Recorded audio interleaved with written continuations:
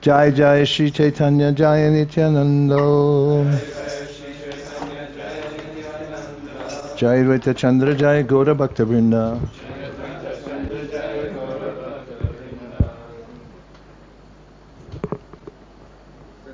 Hey, I got the first copy. Navina Prabhu's new book, The Nectar of Sri Krishna Sankirtan. First one. Oh, they can't hear you outside. What? They can't hear you outside. I got the first copy of Navina Dmirda's book.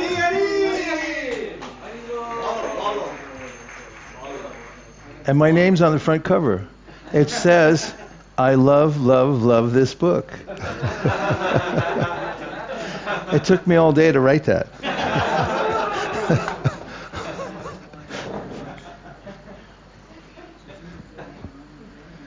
Well, here we are swimming across the ocean, right? Because I was just informed we're halfway across. There's 5 volumes. We're on halfway through the 3rd volume. And everyone's got to swim some direction and through some ocean. So pick your oceans. This one we pick. And it's been well worth it, hasn't it? Yeah. Okay, Ekachakra agrees. All right. So we're taking up at Madhya Lila, chapter 15, Sarvabhauma Bhattacharya offers Prasadam. And if I'm not incorrect, we're at text number 41. Does that sound right to you all? Yeah. It's fine with you? Okay. I think we're on 42. 42, thank you. We'll finish a day early then. Sri Chaitanya Mahaprabhu ordered Nityananda Prabhu, go to Bengal and without restriction manifest devotional service to the Lord, Krishna consciousness. Purport, Sri Chaitanya Mahaprabhu thus ordered Nityananda Prabhu to deliver all the Bengalis to devotional service. In the Bhagavad Gita 9:32, the Lord says, Mamhi kartavyā pashritya yepi su papa yonaya. Striyo vaishastata shudras tepi yanti param gatim. O son of Pritha, those who take shelter in me, though they be of lower birth, women, vaishyas, merchants, and shudras, can attain the supreme destination. Whoever takes to Krishna consciousness and follows the regulative principles can return home, back to Godhead. In his Anubhashya, Srila Bhakti-siddhanta Saraswati Thakur writes, there is a class of so-called devotees called Prakrita Sahajas who think that Nityananda Prabhu is an ordinary human being. They have spread the news that Sri Chaitanya Mahaprabhu ordered Nityananda Prabhu to return to Bengal from Orissa just to marry and beget children. This is certainly a great offense against Nityananda Prabhu. Such an offense is called Pashanda Buddhi, or an atheistic remark. Offenders consider Nityananda Prabhu to be like one of them, an ordinary human being. They do not know that Nityananda Prabhu's identity, they don't know his identity with the Vishnu Tattva.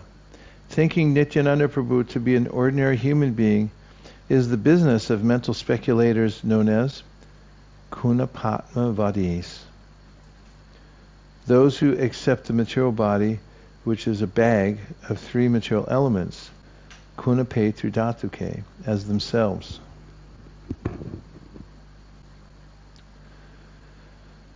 They think that Nityananda Prabhu's body was similarly material and that it was meant for sense gratification.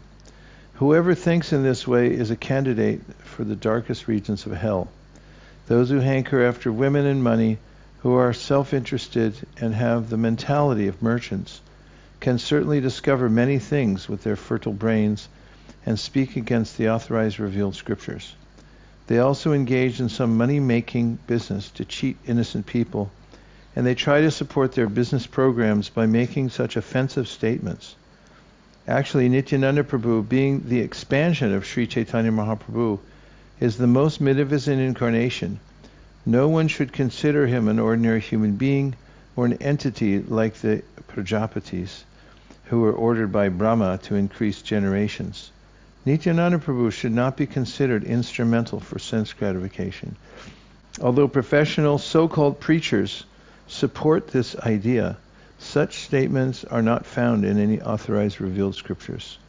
Actually, there is no support for these statements made by sahajas or other professional distributors of Krishna bhakti. Nityananda Prabhu was given assistants like Ram Das, Gadadhar Das, and several others. Sri Chaitanya Mahaprabhu said, "I give them to you to assist you.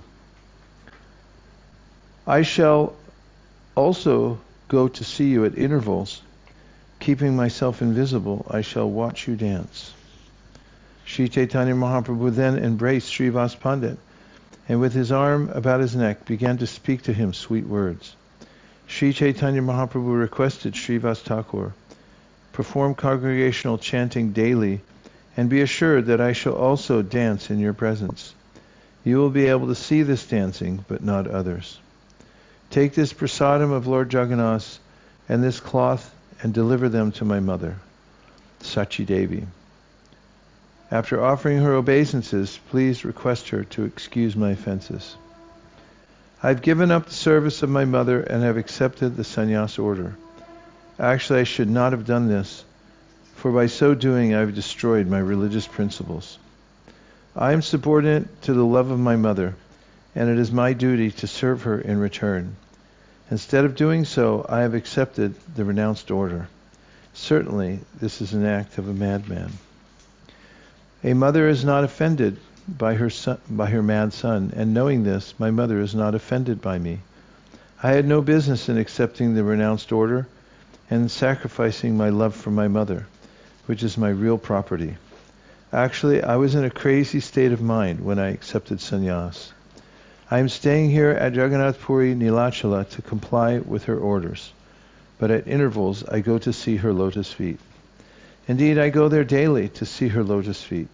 She is able to feel my presence, although she does not believe it to be true. One day, my mother, Shachi, offered food to Shalagram Vishnu. She offered cooked rice from shali paddies,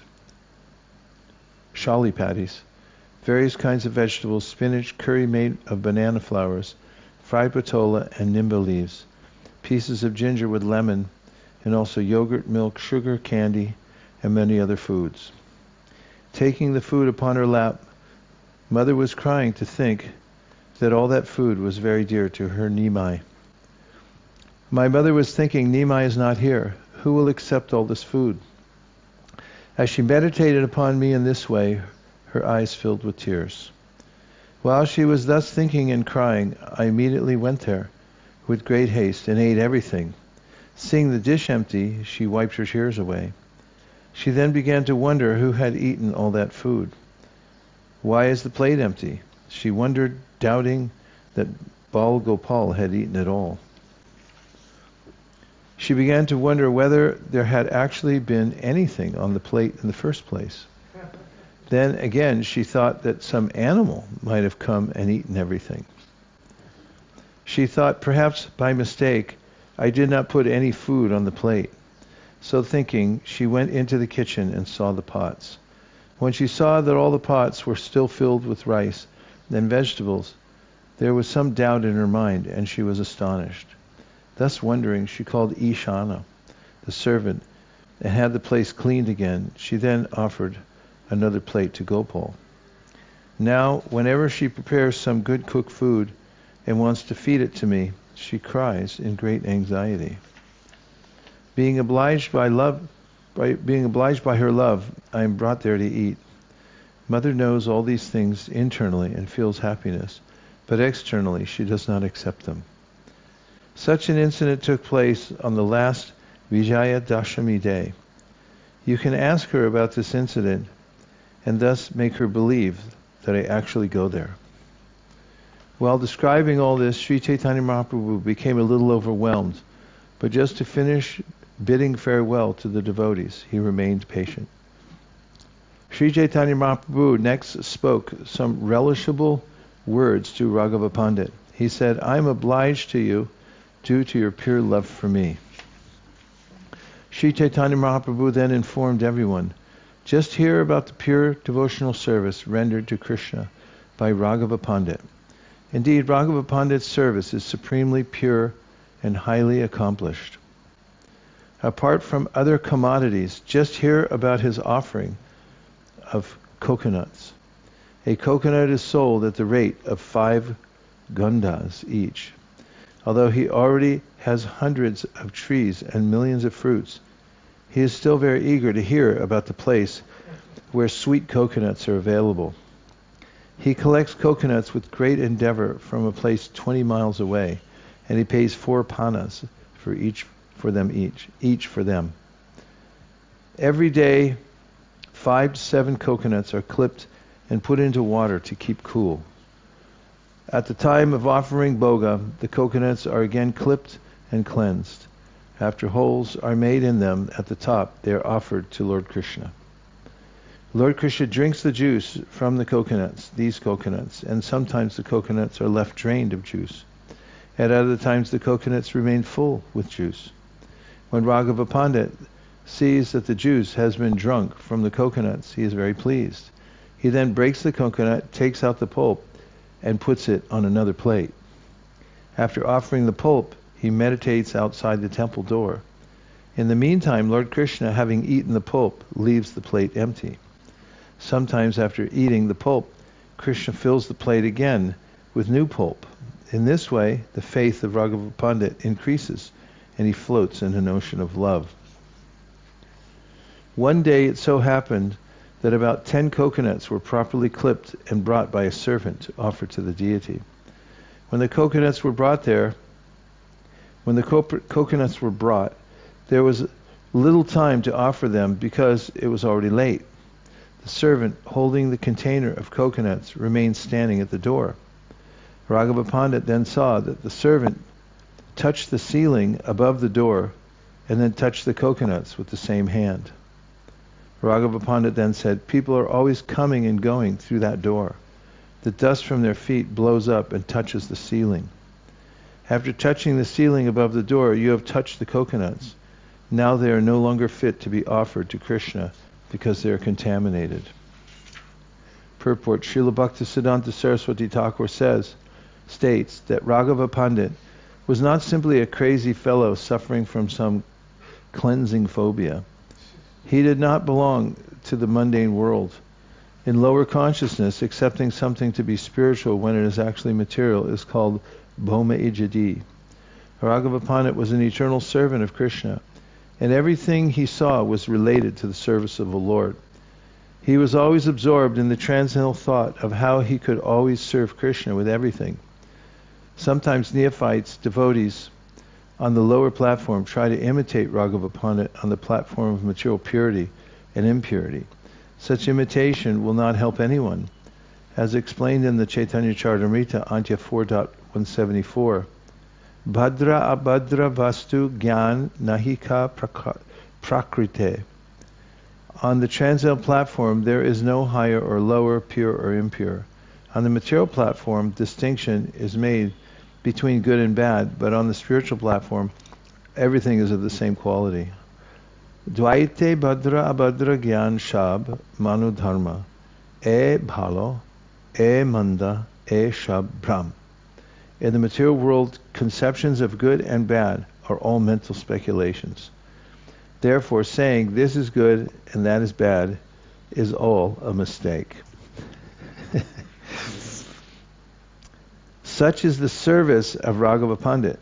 He did not accept the coconuts but threw them over the wall.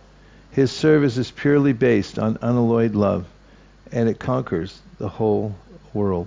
I heard Prabhupada in a lecture the other day say about our service to Krishna in the temple. He said, it should be first class. And then he said, no, it should be better than first class. Thereafter, Raghava Pandit had other coconuts gathered, cleansed and clipped, and with great attention he offered them to the deity to eat. In this way he collects from distant villages excellent bananas, mangoes, oranges, jackfruits, and whatever other first-class fruits he he has heard about. All these fruits are collected from distant places and bought at a high price. After trimming them with great care and purity, Raghava Pandit offers them to the deity. Thus, with great care and attention, Raghava Pandit prepares spinach, other vegetables, radishes, fruits, chipped rice, powdered rice, and sweetmeats. He prepares cakes, sweet rice, condensed milk, and everything else with great attention, and the cooking conditions are purified so that the food is first class and delicious. Raghava Pandit also offers all kinds of pickles, such as kashamdi.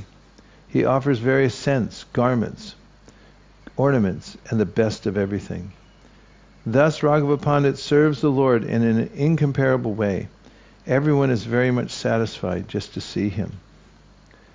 Sri Chaitanya Mahaprabhu then mercifully embraced Raghava Pandit. The Lord also offered all the other devotees a farewell with similar respect. The Lord also respectfully told Shivananda, saying, "Take care of Vasudeva Datta very nicely." Vasudeva Datta is very liberal. Every day, whatever income he receives, he spends. He does not keep any balance. Being a householder, Vasudeva Datta needs to save some money. Because he is not doing so, it is very difficult for him to maintain his family. Please take care of Vasudeva Datta's family affairs, become his manager, and make the proper adjustments. Vasudeva Datta and Shivananda Sain were living in the same neighborhood, which is presently called Komarahata or Hali Ashara. We went there, right, on one of our yatras to see that place. Come every year and bring all my devotees with you to the Gundicha festival. I also request you to maintain all of them. The Lord then, with great respect, extended an invitation to all the inhabitants of Kulina Gram, asking them to come every year and bring silken rope to carry Lord Jagannath during the Rath Yatra festival. Sri Chaitanya Mahaprabhu then said, Gunaraj Khan of Kulina Gram compiled a book named Sri Krishna Vijay, in which there is a sentence revealing the author's ecstatic love for Krishna. Sri Krishna Vijay is a book of poems considered to be the first poetry book written in Bengal. Srila Bhaktisiddhanta Saraswati Thakur states that this book was begun in the year 1395 Shakabda. That's AD 1473. After 7 years, it was completed in 1402 Shakabda. This book was written in plain language, and even half-educated Bengalis and women could read it very clearly. Even ordinary men with little knowledge of the alphabet could read this book and understand it. Its language is not very ornamental, and sometimes the poetry is not very sweet to hear. Although according to the sonnet style, each line should contain 14 syllables, there are sometimes 16, 12, or 13 syllables in his verse. Many words used in those days could be understood only by local inhabitants. Yet this book is still so popular that no bookstore is complete without it. It is very valuable for those who are interested in advancing in Krishna consciousness. Sri Gunaraj Khan was one of the topmost Vaishnavas, and he translated the 10th and 11th cantos of Srimad Bhagavatam for the understanding of the common man. The book Sri Krishna Vijay was highly praised by Sri Chaitanya Mahaprabhu, and it is very valuable for all Vaishnavas. Srila Bhaktisiddhanta Saraswati Thakur gives a genealogical table and family history of Gunaraj Khan. When a Bengali emperor named Adishura first came from Kanyakubja, or Kanauj, he brought with him 5 brahmanas and 5 kayastas. Since the king is supposed to be accompanied by his associates, the brahmanas accompanied the king to help him in higher spiritual matters. The kayastas were to render other services in the northern Indian high country. The kayastas were to render other services. In the northern India high country, the kayastas are accepted as Shudras, but in Bengali, the kayastas are considered among the higher castes. It is a fact that the kayastas came to Bengal from northern India, specifically from Kanyakubja or Kanauj. Srila Bhaktisiddhanta Saraswati Thakur says that the Kayasthas who came from Kanyakubja were high-class men. Of them, Dasharath Vasu was a great personality, and the 13th generation of his family included Gunaraj Khan. His real name was Maladhara Vasu, but the title Khan was given to him by the Emperor of Bengal. Thus he became known as Gunaraj Khan. Bhaktisiddhanta Saraswati Thakur gives the following genealogical table of Gunaraj Khan. 1. Dasharath Vasu. 2. Kushala. 3. Shubhashankara. 4. Hamsa. 5. Shaktiram. Bhaganda. Muktiram. Mainagara. And Alankara Banjaga. Yep. 6. Damodar. 7. Anantaram. 8. Guninayaka and Vinayaka. The 12th generation included Bhagirat, and the 13th Maladharvasu, or Gunaraj Khan. Sri Gunaraj Khan had 14 sons, of whom the second son, Lakshminath Vasu, received the title Satyaraj Khan. His son was Sri Ramananda Vasu. Therefore, Ramananda Vasu belonged to the 15th generation. Gunaraj Khan was a very well-known and wealthy man. His palace, fort, and temples are still existing, and from these we can deduce that the opulence of Gunaraj Khan was certainly very great. Sri Gunaraj Khan never cared for the artificial aristocracy introduced by Balal Sain. And here we go. Sri Chaitanya Mahaprabhu said, Krishna, the son of Nanda Maharaj, is my life and soul. By this statement, I am sold into the hands of the descendants of Gunaraj Khan. Nanda Nandana Krishna Mor Pranat E Bhakke Vaikainu Tar Mamshera Hatu. The full verse referred to is here. Ek Bhave Vanda Hari Joda Kari Hata Nanda Nandana Krishna Mor Pranath. With folded hands I offer my prayers unto Krishna, Nanda Maharaj's son, who is my life and soul. To say nothing of you, even a dog living in your village is very dear to me. What then to speak of others? After this, Ramananda Vasu and Satyaraj Khan both submitted questions at the lotus feet of the Lord. In other words, he wrote this book. It's the first one in Bengal of its kind. No bookstore is complete without it. Point was, it was not according to the rules of writing poetry and so forth, but because it had this one statement, Nanda Nandana Krishna Mor Pranath, then Lord Chaitanya said, the book was written in that town by that person. Everybody in the towns do, not just everybody, even the dogs are dear to me, because this book was written and this statement was in the book. To say nothing of you, even a dog in your village is very dear to me. What then to speak of others? After this, Ramananda Vasu and Satyaraj Khan both submitted questions at the lotus feet of Sri Chaitanya Mahaprabhu. Satyaraj Khan said, My dear Lord, being a householder and a materialistic man, I do not know the process of advancing in spiritual life.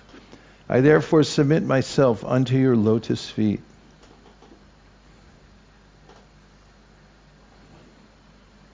And request you to give me orders. Sri Chaitanya Mahaprabhu replied, without cessation, continue chanting the holy name of Lord Krishna. Whenever possible, serve him and his devotees, the Vaishnavas. Upon hearing this, Satyaraj Khan said, how can I recognize a Vaishnav? Please let me know what a Vaishnav is. What are his common symptoms? Sri Chaitanya Mahaprabhu replied, whoever chants the holy name of Krishna just once is worshipable and is the topmost human being. Prabhu kahe jar mukhe shun ek bar Krishna nam she puja shreshta shabakar. Srila Bhaktisiddhanta Saraswati Thakur says that a person who simply chants the holy name of Krishna once becomes perfect and should be regarded as a Vaishnava. This is confirmed by Śrīla Jīva Gosvāmī in his Upadeshamrita 5, Krishneti yasya giritam manasadriyeta. With such faith in the holy name, one may begin a life of Krishna consciousness. But an ordinary person cannot chant the holy name of Krishna with such faith. One should accept the holy name of Krishna to be identical with the Supreme Personality of Godhead, Transcendence Himself. As the Padma Purana states, the holy name of Krishna is identical with Krishna and is like a Chintamani gem, a touchstone.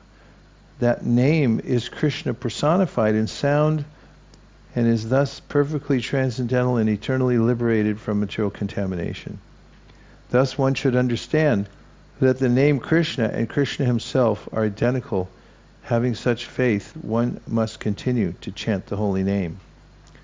When one is situated on the neophyte platform, one cannot understand the devotional ingredients of a pure, unalloyed devotee. However, when the novice engages in devotional service, especially in deity worship, and follows the order of a bona fide spiritual master, he is a pure devotee. Anyone can take advantage of hearing about Krishna consciousness from such a devotee and thus gradually become purified. I'll just read again. When one is situated on the neophyte platform, one cannot understand the devotional ingredients of a pure unalloyed devotee. However, when the novice engages in devotional service, especially in deity worship, and follows the order of the bona fide spiritual master, he is a pure devotee. Anyone can take advantage of hearing about Krishna consciousness from such a devotee and thus gradually become purified. In other words, any devotee who believes that the holy name of the Lord is identical with the Lord is a pure devotee, even though he may be in the neophyte stage. By his association, others may also become Vaishnavas. One is known as a materialistic devotee if he simply worships the deity of Hari with faith but does not show proper respect to the devotees and to others. This is stated in Srimad Bhagavatam 11.247. Archaryam eva hare pujam yashara yehate natad bhakteshu chanyeshu sabhakta prakritasmita. Yet even by associating with such a neophyte devotee, one can become a devotee also. When Lord Chaitanya was teaching Sanatana Goswami, he said, Shraddhavan janhoy bhakti adhikari uttama madhyama kanishta shraddha anusari jahar komo shraddha she kanishta jano krame krame teho bhakta haive uttam rati prema taratamye bhakta taratama. A person who has attained firm faith is a real candidate for advancing in Krishna consciousness. According to the faith, there are first class, second class, and neophyte devotees. One who has preliminary faith is called a Kanishta Adhikari, or a neophyte. The neophyte, however, can become an advanced devotee if he strictly follows the regulative principles set down by the spiritual master. Therefore, it is on the basis of faith and attachment to Krishna that one can judge who is a Madhyama Adhikari or an Uttama Adhikari. It is thus concluded that even a neophyte devotee is superior to the karmis and gyanis because he has full faith in chanting the holy name of the Lord. A karmi or gyani, regardless of his greatness, has no faith in Lord Vishnu, his holy name, or his devotional service. One may be advanced religiously, but if he is not trained in devotional service, he has very little credit on the transcendental platform. Even a neophyte devotee engaged in devotional service, in accordance with the regulations set forth by the spiritual master, is in a position superior to that of the fruitive worker and the speculative philosopher. I'll take a few reflections or questions. Yes, Devavrata.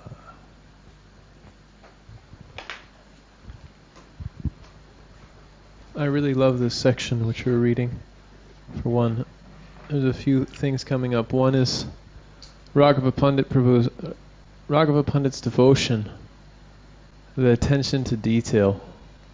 has always captivated me very much. It's such an amazing example for how we can serve Krishna. And I'm just reminded of Yamuna Mataji saying, how we do anything is how we do everything. So just that small attention to detail of the coconut being touched by a little bit of dust is so instructive for so many areas of our devotional service, whether it's our japa, Wepipuye obeisances, whatever it may be, reading Srila Prabhupada's books. Just that full attention and care. I really appreciate that. Other thing was, when you mentioned the Krishna Vijay book, how Chaitanya Mahaprabhu blessed that town because that book was written there. Somehow I was thinking of Krishna Sakha Prabhu and how he's distributed all these Bhagavatam sets in these little hodunk towns in Washington, Oregon, Montana. And because people have bought books from him, Bhagavatam sets, I was just thinking how that place has become dear to Krishna because the Bhagavatam has entered that place and it's been blessed.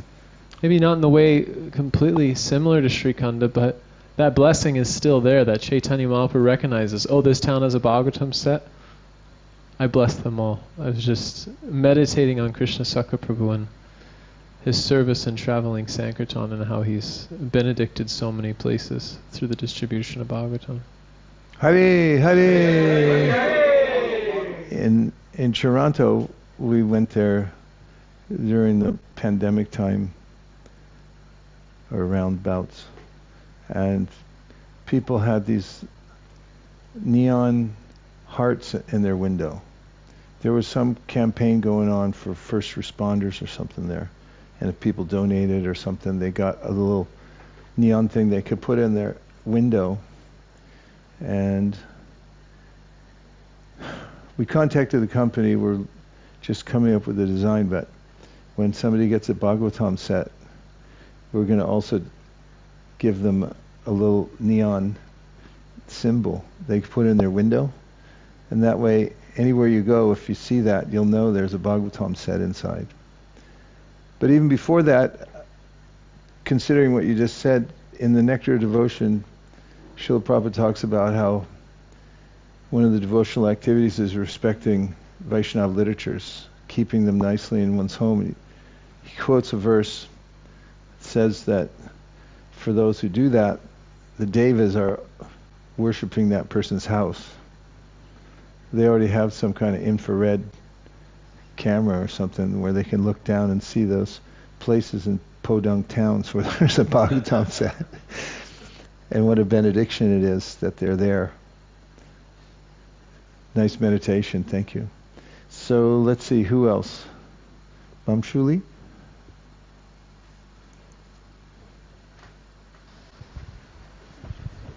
Hare Kṛṣṇa, Guru Maharaj. Hearing of how Mother Shachi is crying inspiration from Lord Chaitanya reminded me of how Mother Yashoda was crying rivers of tears. And initially when I heard that Lord Chaitanya said that his duty was to his mother and sannyas was just a diversion from his main duty of serving the mother, I was thinking, why would he say that? But then today somehow it struck me that because Lord Krishna Chaitanya is Krishna also, and that's Mother Yashoda, he's feeling how he left Vrindavan, and Mother Yashoda was feeling separation. Somehow I felt that maybe I'm just imagining things. Well, there's some parallel there, no doubt. Sachi and Yashoda, separation, matches up. Thank you, Vamshuli. Everyone's stunned. Right?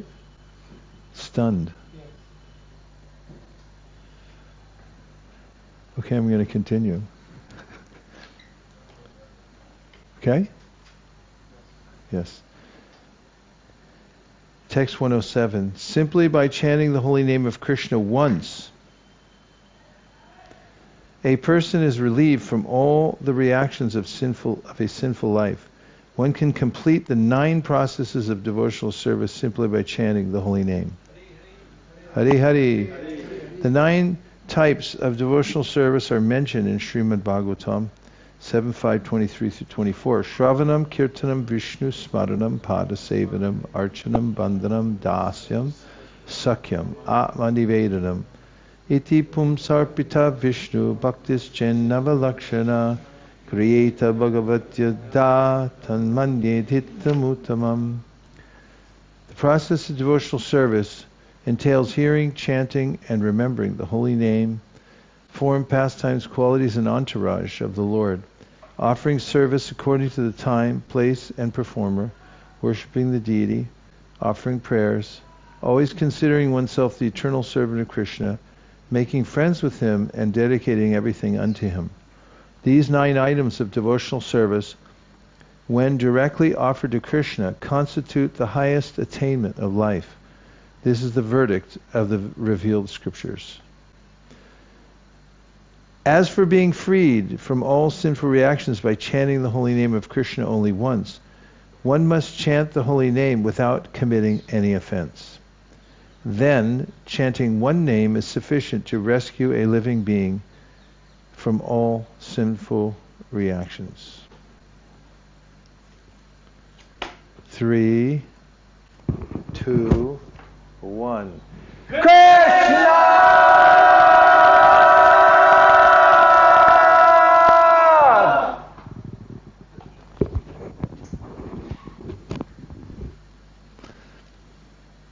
Such a person who chants the holy name of the Lord offenselessly is very important and worshipable. Indeed, the 9 devotional processes beginning with śravaṇam and kīrtanam can all be attained at once if one simply chants the holy name of the Lord offenselessly. In this regard, Śrīla Jīva Gosvāmī states in his book Bhakti-sandarbha, yadyapi anyā bhakti khalu kartavyā tadā kīrtanākhya-bhakti-saṁyogenaiva. Out of the 9 processes of devotional service, kirtan is very important. Śrīla Jīva Gosvāmī therefore instructs that the other processes such as arcana, vandana, dāsya, and sakhya should be executed, but they must be preceded and followed by kirtan, the chanting of the holy name. We have therefore introduced this system in all our centers. Archan, arti, bhoga offering, deity dressing, and decoration are all preceded and followed by the chanting of the holy name of the Lord. Hare Kṛṣṇa, Hare Kṛṣṇa, Kṛṣṇa Kṛṣṇa, Hare Hare, Hare Rāma, Hare Rāma, Rāma Rāma, Hare Hare. One does not have to undergo initiation or execute the activities required before initiation. One simply has to vibrate the holy name with his lips. Thus, even a man in the lowest class, Chandala, can be delivered. Purport. Śrīla Jīva Gosvāmī explains Diksha in his Bhakti-sandarbha. Divyam jnanam yato dadyat kuryat papasya saṅkṣayam. Tasmat diksheti sa prokta deshi kaistattvako vidai. Diksha is the process by which one can awaken his transcendental knowledge and vanquish all reactions caused by sinful activity. A person expert in the study of the revealed scriptures knows this process as Diksha. The regulative principles of Diksha are explained in the Hari Bhakti Vilas and the Bhakti-sandarbha, as stated, quote, even though born in a Brahmin family, one cannot engage in Vedic rituals without being initiated and having a sacred thread. Although born in a Brahmana family, one becomes a Brahmana only after initiation and the sacred thread ceremony.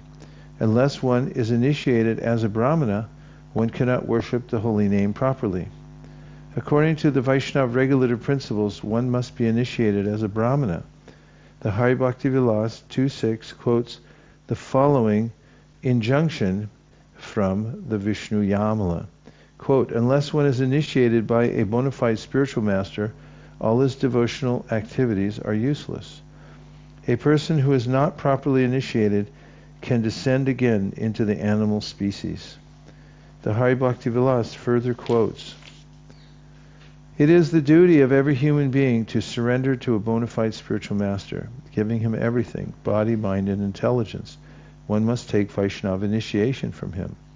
The Bhakti-sandarbha gives the following quotation from the Tattvasagara. Yata kanchanatam yati kamsyam rasa vidanata tata diksha vidanena dvijat tvam jayatendranam.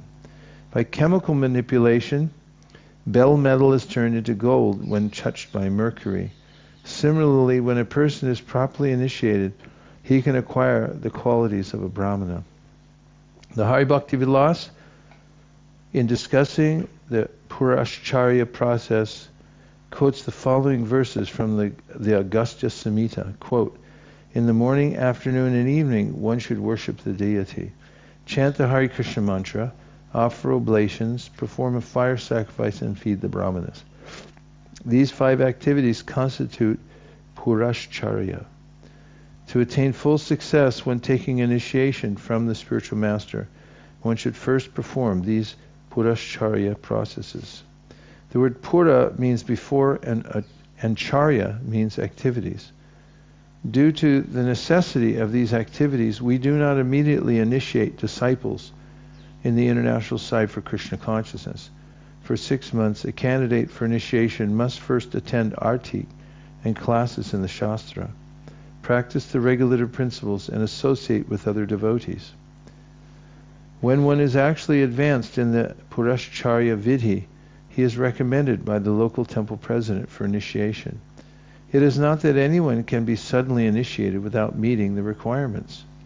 When one is further advanced by chanting the Hare Kṛṣṇa mantra 16 rounds daily, following the 4 regulative principles, and attending classes, he receives the sacred thread, Brahminical recognition, after the second 6 months.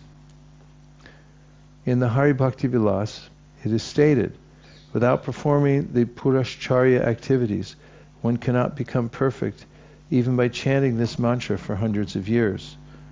But one who has undergone the Purashcharya Vidhi process can attain success very easily. If one wishes to perfect his initiation, he must first undergo the Purashcharya activities. The Purashcharya process is the life force by which one is successful in chanting the mantra. Without the life force, one cannot do anything. Similarly, without the life force of Purashcharya Vidhi, no mantra can be perfected. In his Bhakti-sandarbha, Śrīla Jīva Gosvāmī describes the importance of deity worship and initiation, diksha, as follows. It is Srimad Bhagavatam's opinion that the process of deity worship is not actually necessary, just as the specific prescriptions of the Pancharatra and other scriptures do not have to be followed. The Bhagavatam enjoins that even without practicing deity worship, one can achieve the complete success of human life by any of the other devotional processes, such as simply offering oneself at the Lord's feet for his protection.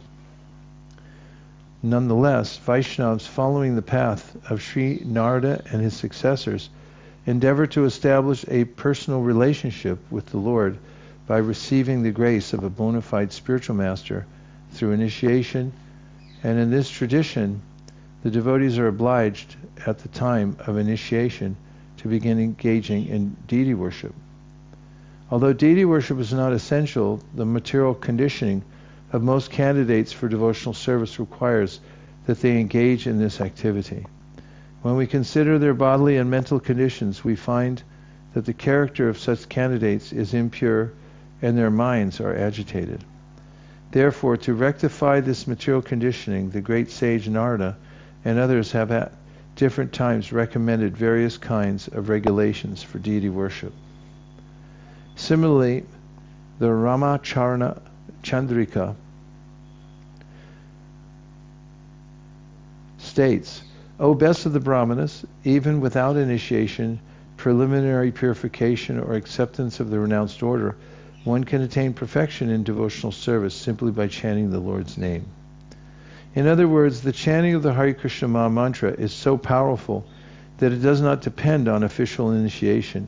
But if one is initiated and engages in Pancharatra Vidhi, deity worship, his Krishna consciousness will awaken very soon, and his identification with the material world will be vanquished.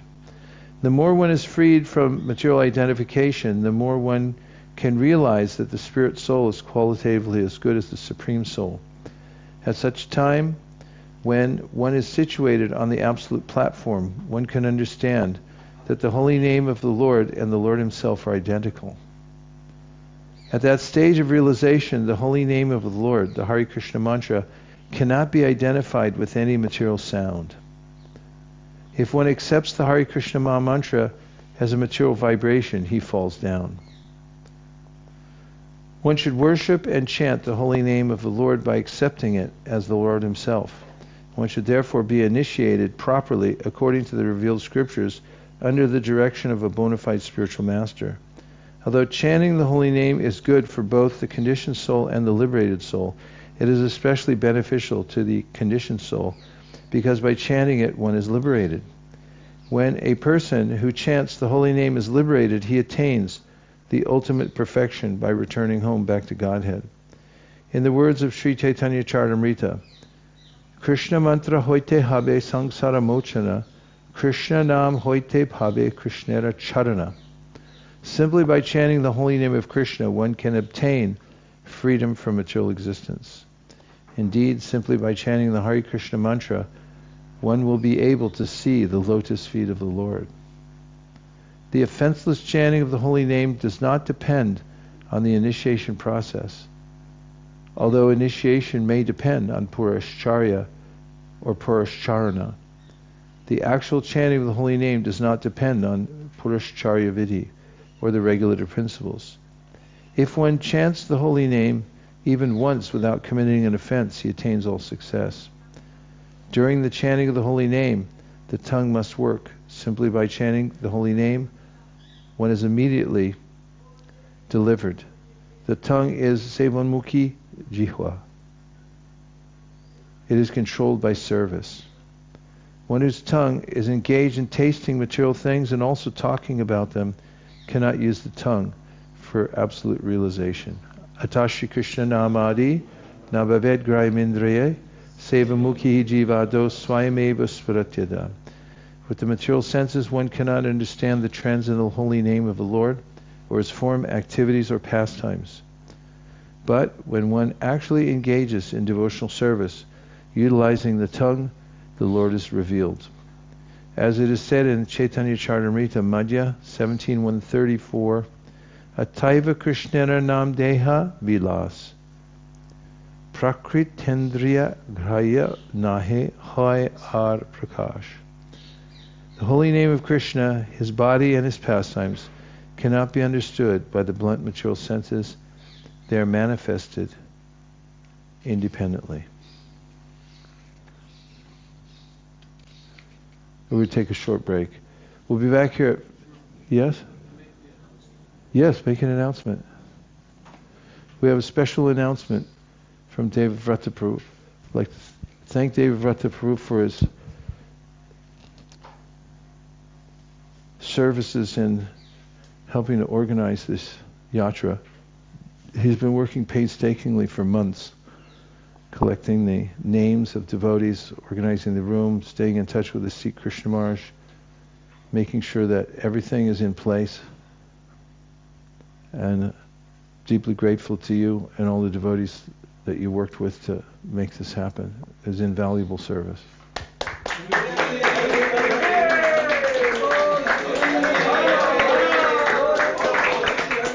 Bhalo. So we have a really wonderful opportunity to serve Giriraj in this ashram by making financial contributions. The recommended donation is $10 a day for those who are staying in the ashram, and the required donation for staying in the guest house is $20 a day. So if anyone would like to make a contribution, it's $10 a day. Mukaravind Prabhu has kindly offered that anyone who wants to give via online and they don't have access to a UPI payment, they can pay him with a Zelle or something in American currency, and then he can transfer it online. And he's also willing to offer that service to the online People's Party if anyone from online would like to make a contribution as well. Wow, that's pretty generous. Did you talk to your accountant first before you did that? If there's a CPA in the house, you better consult them. Yeah, those are just minimums, but there's no maximum. Giving to the ashram. This ashram is out in the middle of nowhere compared to many temples. Not a lot of people come here. These devotees stay here. It's the hottest inhabited place on the earth, planet. And they stay here, the brahmacharis that stay here, they stay here all year long and maintain the puja and the building and whatever guests come. Not that many come in the summer, mostly during the big days. And it takes a lot to maintain this building. There's a lot of electricity, a lot of maintenance. It's constantly going on. It's an old building. It belonged to a small-time king.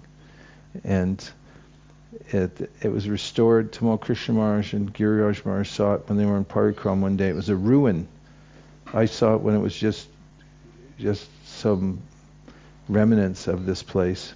And Keshav Bharati Maharaj and C. Krishna Maharaj lived here for a couple of years straight with no electricity. They had no electricity during the hottest times. They stayed here and the workers put it all back together with the original formulation from hundreds of years ago when it was built. There were some old people that knew it had been passed down, the formula for how these walls are made. And if you would have seen it back then, and some of you probably did, like Gopal, there was in the front yard there, they had a bullock. It was going around and around and around all day long, grinding the limestone, and they had a formula. There was an old formula for how to build walls that were insulated. That's why even in the hot weather these walls are so thick. And they built it so it was not fancy, but very beautifully, it was aesthetically nice. The whole idea of this ashram from the very beginning was to give an opportunity for those who are out preaching to come here and stay for some time and hear and chant and be off the grid. It's harder to do it in Vrindavan because everywhere you go there's huge crowds. So here people call it a palace, I call it a fortress because it protects us so we can stay here and just hear and chant. So it's a great value, and if you have it in your heart, give generously. It bodes well for future yatras that we may have here. Which are getting bigger. So They're getting bigger, and so is the Sri Krishna Maharaj's entourage. So hopefully we can stay ahead financially. Thank you very much. So who should people give their money to? They can give it to me directly. The reason being is that I'm keeping a ledger of everything, so we're clear about what we're giving. And what's the deal with Mukaravind? Mukaravind... He'll double whatever you give him? You want to I guess I can explain it. Anyone who wants to give online, but they don't have the facility in India, they can send it to Mukaravind via Zelle through the American system, and then he can send it. You can give it in the form that Sri Krishna Maharaj doesn't mind. Yeah. Small, not the big stuff. Yeah. Okay. And the way to give online, if you have access to an Indian account, is they have these QR codes all over. They don't want international transfers because of various reasons. Because living entities are at odds with one another. Yes. Okay. All right, let's take a break. We'll come back here at 23 minutes after the hour. Hare Kṛṣṇa.